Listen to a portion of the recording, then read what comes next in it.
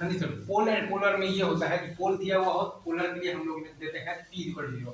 पोल से पास होने वाले सारे बेसिकली कॉर्ड्स के एंड पॉइंट्स पर अगर हम लोग बनाते हैं pair of the tangent, point of intersection lies करता है ऑन दी पोलर। मतलब कि जो पॉइंट ऑफ इंटरसेक्शन का लोकस होता है वो होता है बेसिकली आपके पास पोलर होता है, राइट।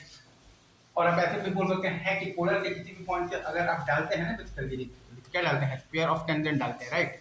पेयर ऑफ दी तो क्या डालते हैं, क्या डालते हैं, पेयर ऑफ दी तो टेंजेंट डालते हैं, right sir. Is it true?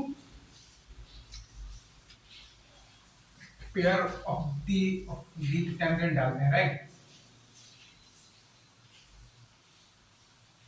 तो जो करस्पॉन्डिंग जो कॉर्ड ऑफ दी जो कॉन्टैक्ट आता है ना बेसिकली, तो जो करस्पॉन्डिंग जो कॉर्ड ऑफ दी कॉन्टैक्ट आता है वो सारे basically passing through a fix point जिसका नाम होता है आपके पास पोल, राइट।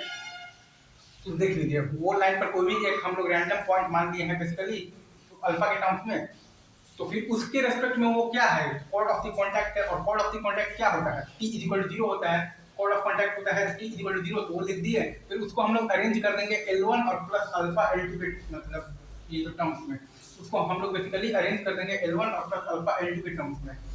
और फिर L1 L2 का पॉइंट मतलब कि L1 L2 का जो पॉइंट ऑफ इंटरसेक्शन आएगा वही आएगा आपके पास पोल। और फिर L1 L2 का जो पॉइंट ऑफ इंटरसेक्शन आएगा वही आएगा आपके पास poll. As simple as. Thank you very much, love you guys.